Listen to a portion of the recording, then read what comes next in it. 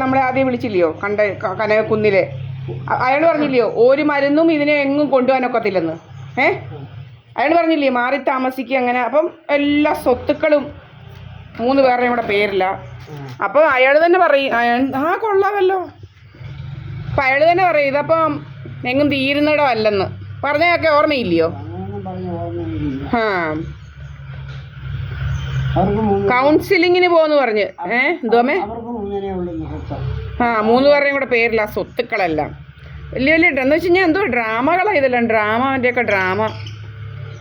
3 പേരുടെയും കൂടെ സ്വത്തില്ല എന്ന് പറഞ്ഞാൽ എന്തുവാ. അപ്പം എവിടെയും അപ്പം അവൻ ഈ ബന്ധം ഒഴിയണോ അല്ലെങ്കിൽ നമ്മളെ റെഡിയാക്കണോ എന്നുള്ള ഉദ്ദേശം മാത്രമേ ഉള്ളായിരുന്നു.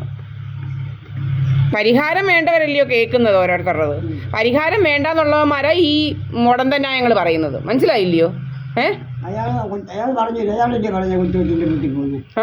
അയാളല്ലേ പറഞ്ഞത്.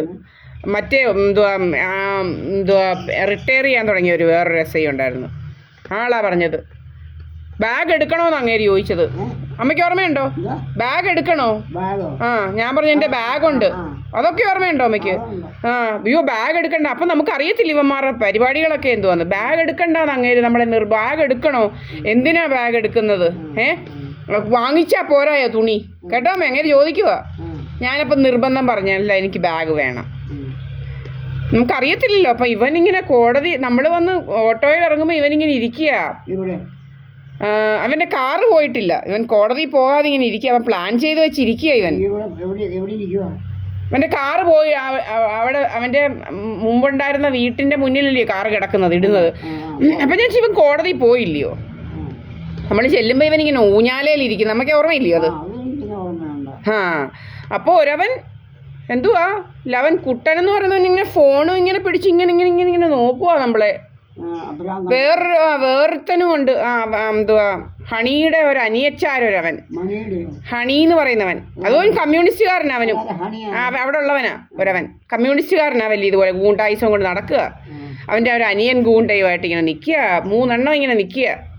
അപ്പോഴല്ലയോ നമ്മൾ ആരെയും കൊണ്ടാ പോകുന്നില്ല, ഓട്ടോക്കാരനെയും കൊണ്ടല്ലയോ പോകുന്നത്, ഡ്രൈവറിനെ. ഓട്ടോ ഡ്രൈവറിനെയും കൊണ്ടല്ലയോ നമ്മൾ അകത്തോട്ട് പോയത്. ഇല്ല ബാഗ് എടുക്കണമല്ലോ, ഭാരം ഉള്ളത് കൊണ്ട് ഞാൻ അവനെയും കൂടെ വിളിച്ചോണ്ടാ പോയത്. അമ്മ ഓർമ്മയില്ലയോ? അപ്പോൾ ഒന്നും ചെയ്യാൻ പറ്റാത്ത സ്ഥിതിയിൽ ഇങ്ങനെ നിൽക്കുക. അല്ലെ നമ്മളെ പിടിക്കാനും വലിക്കാനും കൊണ്ടുപോകാനൊക്കെ ആയിരുന്നു. അപ്പോഴത്തേനും നമ്മളങ്ങോട്ട് പോയപ്പോഴത്തേനെ എല്ലാം റെഡിയാക്കി അവൻ ഒരുങ്ങി കെട്ടി ഇവൻ്റെ വണ്ടിയൊക്കെ എടുത്തില്ല അവിടോക്കോട്ടങ്ങോട്ട് പോയി. ബിനു പി എന്ന് പറയുന്നവൻ പോയി വണ്ടിയൊക്കെ അവിടെ ഒരിടത്ത് കൊണ്ടുവന്നിട്ട് ഒക്കെ നമ്മൾ അറിഞ്ഞ്. എന്നിട്ട് എന്തുവാ തിരിച്ച് വന്നപ്പോഴത്തെ എന്നിട്ടങ്ങ് കുറച്ച് കഴിഞ്ഞപ്പോൾ ഇങ്ങനെ തിരിച്ചു വന്നു. ഒന്നും നടക്കുന്നില്ലെന്ന് കണ്ടപ്പം കേട്ടോ. അത് കഴിഞ്ഞ് ആര്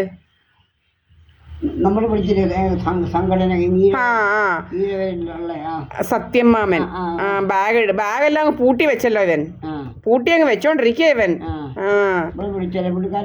വന്ന് എൻ്റെ ബാഗും എടുത്തു നമ്മളിങ്ങി പോന്ന്. അപ്പോഴത്തേന് കുട്ടനെന്ന് പറയുന്നവൻ ഇങ്ങനെ വന്ന് എന്തോ അതാ സുനിതയൊക്കെ എന്ന് പറയുന്നവർ പറഞ്ഞതേ പോ എന്തുവാ വെള്ളം തരാൻ തുടങ്ങിയപ്പോൾ അവരെന്നെ അപ്പുറത്തോട്ട് വിളിച്ച് മാറ്റിയാ വെള്ളം തന്നെ. ഓർമ്മയുണ്ടോ അത്? എന്ന് വെച്ച് കഴിഞ്ഞാൽ ഇതിനകത്ത് വെള്ളത്തിനകത്ത് ഇവൻ മയങ്ങുന്ന സാധനം എല്ലാം കൊണ്ടാണ് ഇവൻ്റെ നടപ്പുകൾ. ഇവന്മാരുടെ ഈ കള്ള ജാതിയുടെ ഇവന്മാരുടെ കയ്യിൽ മയക്കുന്ന സാധനമൊക്കെ ഉണ്ട്. ആനയെ മയക്കിയും പല മയക്കികളാണ് ഇവൻ്റെ കയ്യിലുള്ളത്. അങ്ങനെ ഇവൻ ഇവിടെ വന്നിങ്ങ് കുറച്ച് ദിവസം ഇവനിങ്ങ് ഇവിടോട്ടിങ്ങ് വരികയായിരുന്നു. ഇല്ല കുട്ടനെന്ന് പറയുന്നവൻ ഓർമ്മയില്ലയോ? കള്ളനിങ്ങി വരുന്നത്. അവനെ ആരാണ്ട് വിളിച്ചിട്ടാണ് ഈ തെണ്ടി ഇങ്ങി വരുന്നത്. ഇവനിങ്ങി വരിക.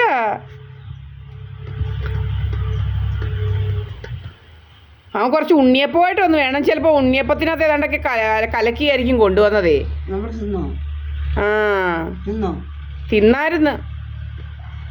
ഇനി നടക്കുക അവൻ്റെ ആൾക്കാരെല്ലാം പറഞ്ഞ് പൊക്കോളാനെന്ന്. അത് കഴിഞ്ഞ് ആ സുനിതയൊക്കെയും പ്രസേനൻ എന്ന് പറയുന്ന അങ്ങേരും വിളിച്ച് പറഞ്ഞത് ഇങ്ങനെ ജ്യൂസിനകത്ത് കലക്കി കൊടുക്കാവോ എന്ന് ചോദിച്ചെന്ന് അവരെല്ലാം വിളിച്ച് പറഞ്ഞത്. മയങ്ങുന്ന സാധനവും ഇങ്ങനെ സ്ലോ ആക്ടിങ് പോയിസണുമായിട്ട് നടക്കുക ഇവന്മാർ.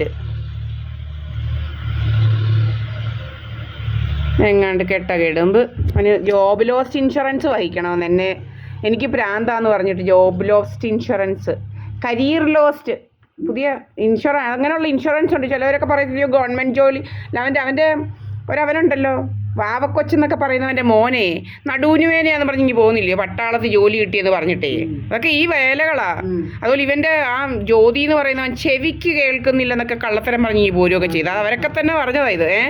ഇതെല്ലാം ഇത് വഹിക്കാൻ വേണ്ടിയിട്ടാണ് ഈ പോകുന്നത്. ഇതിന് ഇങ്ങനത്തെ ജോബ് ലോസ്റ്റും അങ്ങനത്തെ കുറേ ഇൻഷുറൻസ് ഒക്കെ ഉണ്ട്. നാണമില്ലാതെ നടക്കുക ഇതൊക്കെ വാങ്ങിച്ച്. ഞാൻ പഠിച്ച് വാങ്ങിച്ച എൻ്റെ LLB സർട്ടിഫിക്കറ്റും MBAയുടെ മറ്റേത് മറിച്ചതൊക്കെ ഇവന്മാർക്ക് പുട്ടടിക്കാനുള്ളതാണോ? ഇവന്മാർക്ക് പുട്ടടിക്കാനുള്ളതാണോ ഞാൻ പഠിച്ചത്? ആണോ അമ്മേ? പിന്നെ തോന്നിയാസം കാണിക്കാൻ എന്തോ ഇവന്മാര്? ആരാ ഇവനൊക്കെ കണ്ട നാട്ടുകാരൊക്കെ ആരാ നമ്മളെ കയറി ഭരിക്കാന്? ഇവിടെ ആദ്യം തന്നെ വന്നപ്പം തന്നെ ഈ വീട് കണ്ടപ്പോഴേ അവരുടെ വീട് ഈ വീടും കൂടെ കണ്ടപ്പോൾ ഈ വീട് എന്ത് വ്യത്യാസത്തില്ല പ്രളയം ചെയ്ത് ഇവിടെ എന്ത് സൗകര്യം വരാനും വന്നാലും ഇരിക്കാനും എല്ലാം. ഇത് പഴയതാന്നല്ലേ ഉള്ളൂ.